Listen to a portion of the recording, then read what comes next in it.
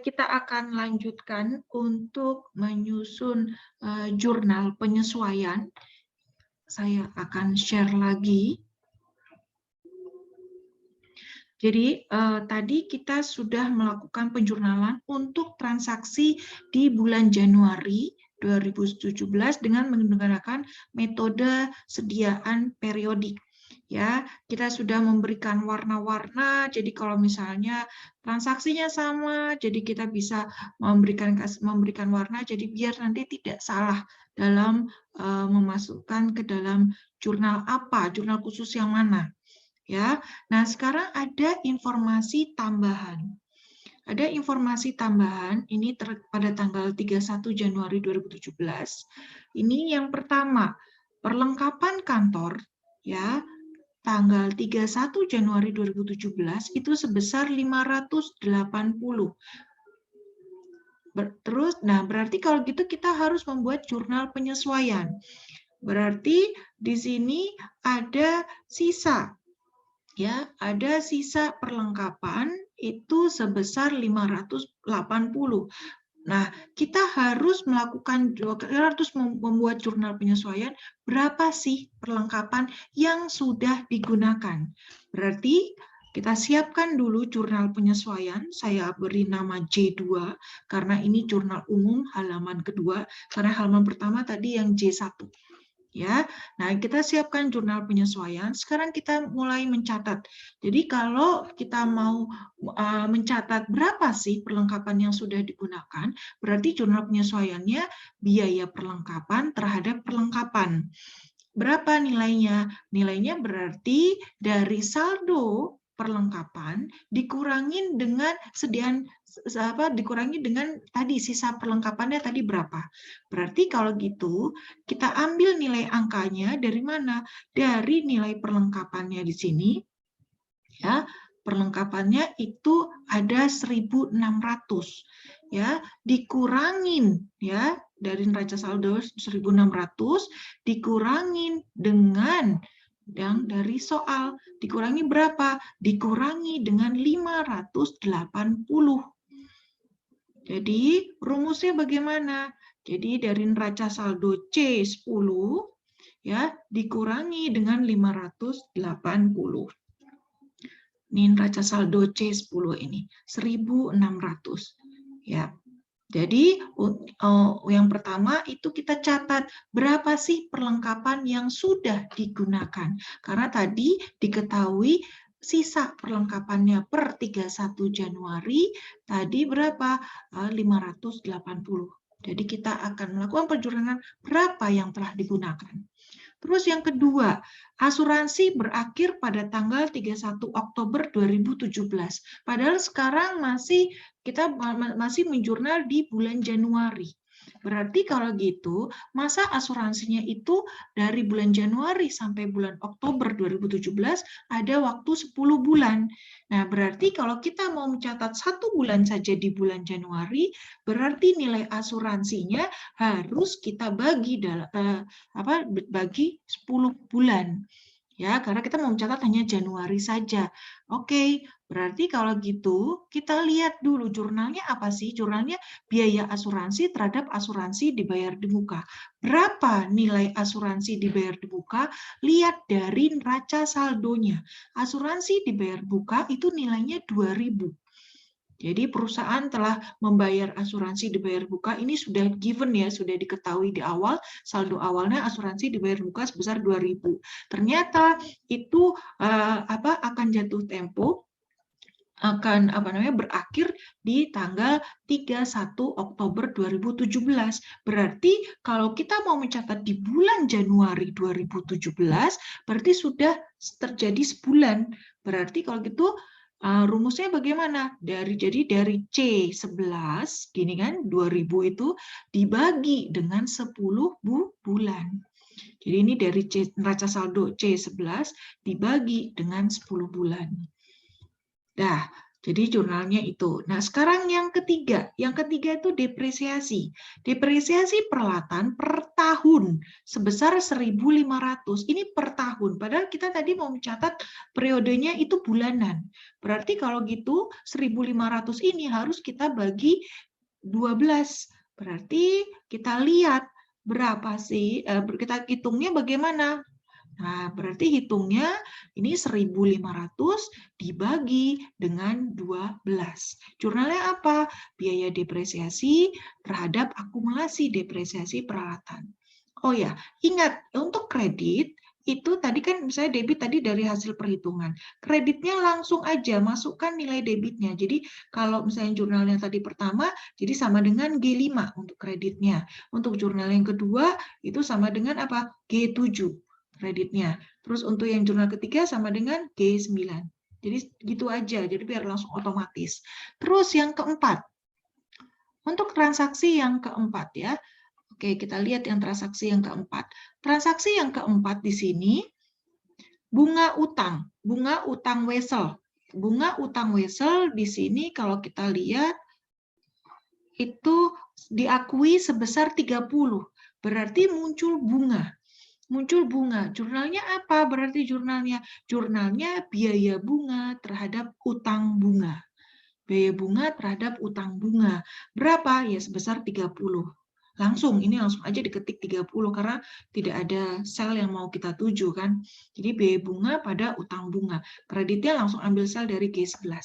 Nah, yang paling membedakan itu antara sistem sediaan yang perpetual dan sistem sediaan yang periodik itu di jurnal yang terakhir, yang jurnal penyesuaian, untuk yang jurnal kelima. Di sini diketahui bahwa sediaan 31 Januari 2017 itu 12.600. Ini maksudnya 31 Januari berarti sediaan akhirnya. Sediaan akhirnya itu tinggal 12.600. Padahal tadi ketika kita mencatat penjualan, kita tidak pada saat mencatat transaksi penjualan kita kan tidak mengakui cost of goods sold-nya kan, ya kan, karena setiap ada yang terjadi penjualan itu langsung aja piutang pada penjualan tanpa menghitung cost of goods sold. Karena kalau periodik itu di cost of goods sold-nya atau cost barang terjual itu dihitung di akhir periode. Nah, ini yang agak membedakan. Kalau misalnya menggunakan perpetual, sediaannya kan tinggal langsung berkurang, bertambah sesuai dengan transaksi pembelian dan penjualan. Itu kalau perpetual, enak. Tapi kalau periodik, itu di akhir periode. Berarti kita perhatikan untuk yang sediaan ini jurnalnya kan untuk yang terakhir itu berarti jurnalnya apa? Jurnalnya itu cost barang terjual atau bahasa Inggrisnya cost of goods sold terhadap sediaan. Berapa nilainya? Kita hitung dulu berapa cost of goods sold-nya atau COGS-nya. Ya. Oke, sekarang kita hitung COGS-nya atau cost barang yang terjual. Ya, ini bahasa Indonesianya cost barang yang terjual atau cost of goods sold. Nah, kita hitung berapa sediaan awalnya. Jadi kita tambahkan sheet baru COGS. Ya, kita buat formatnya untuk menghitung COGS. Yang pertama dari sediaan awal. Sediaan awal ini ambil dari mana? Ambil dari neraca saldo. Terus habis itu ambil dari neraca saldo ya, dari 20.000 ini ambil dari neraca saldo. Jadi sama dengan ambil dari neraca saldo sediaan 20.000 gitu. Nah, terus pembelian juga ambil dari neraca saldo. Semua nilainya, ini baik pembelian, baik apa semua itu diambil dari neraca saldo, ya. Oke, berarti ini pembelian sama dengan ambil dari neraca saldo pembelian 52.300. Terus habis itu retur sama dengan ambil dari neraca saldo. Retur pembelian dan pengurangan berarti ini 200. Enter. Terus habis itu, nah diskonnya kan nggak ada 0 karena tidak ada diskon. Nah, berarti kalau gitu ini antara retur sama diskon ini kita jumlahkan. Ya, gitu kalau gitu. Oke. Kita lanjutkan sebentar lagi.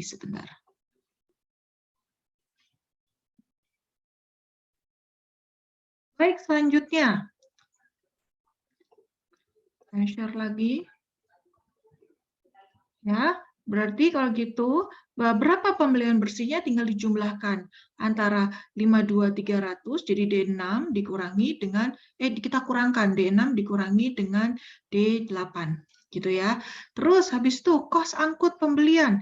Ambil sama dengan, ambil dari neraca saldo. Kos angkut pembelian. Mana kos angkut pembelian? 180. Terus lagi, nah terus berarti kalau gitu kita bisa menghitung berapa kos barang yang dibeli, berarti dapat dari mana? Kita jumlahkan, ya 52.100 ditambah 180. Nah, kos barang yang tersedia untuk dijual, nah berarti ditotalkan ya E5 ditambah dengan E11. Ya, terus sediaan akhirnya tadi sudah given, sudah diketahui 12.600 ya kan. Jadi tinggal diketik aja langsung 12.600 dari soal. Nah, berarti kita bisa menghitung berapa cost of goods sold-nya atau bahasa Indonesia-nya cost barang yang terjual. Jadi E12 dikurangi dengan E13. Di situ. Jadi ini adalah cost barang yang terjual atau cost of goods sold.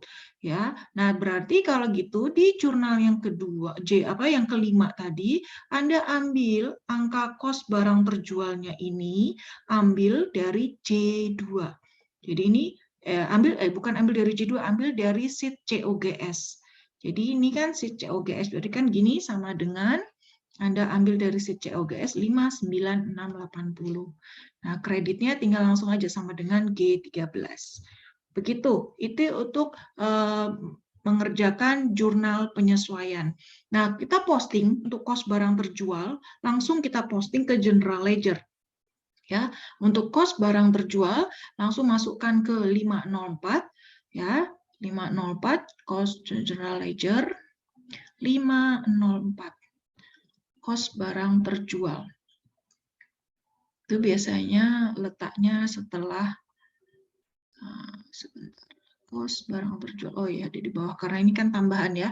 Ada tambahan. Jadi ini 505, kita kasih kode 505. Nah, kita buat untuk J2, bukan lagi J1, tapi J2 masukkan 59680. Nah, terus bagaimana untuk memposting yang sediaan ini 59680, padahal kalau kita lihat di General Ledger-nya, ya, kita lihat di General Ledger-nya untuk sediaan, kan saldo awalnya 20.000. Nah, mengenai pembelian-pembelian yang tadi sudah dilakukan tadi, pembelian secara kredit, terus tadi ada retur, terus tadi ada kos angkut pembelian, itu semua itu kan masuk ke masing-masing akun.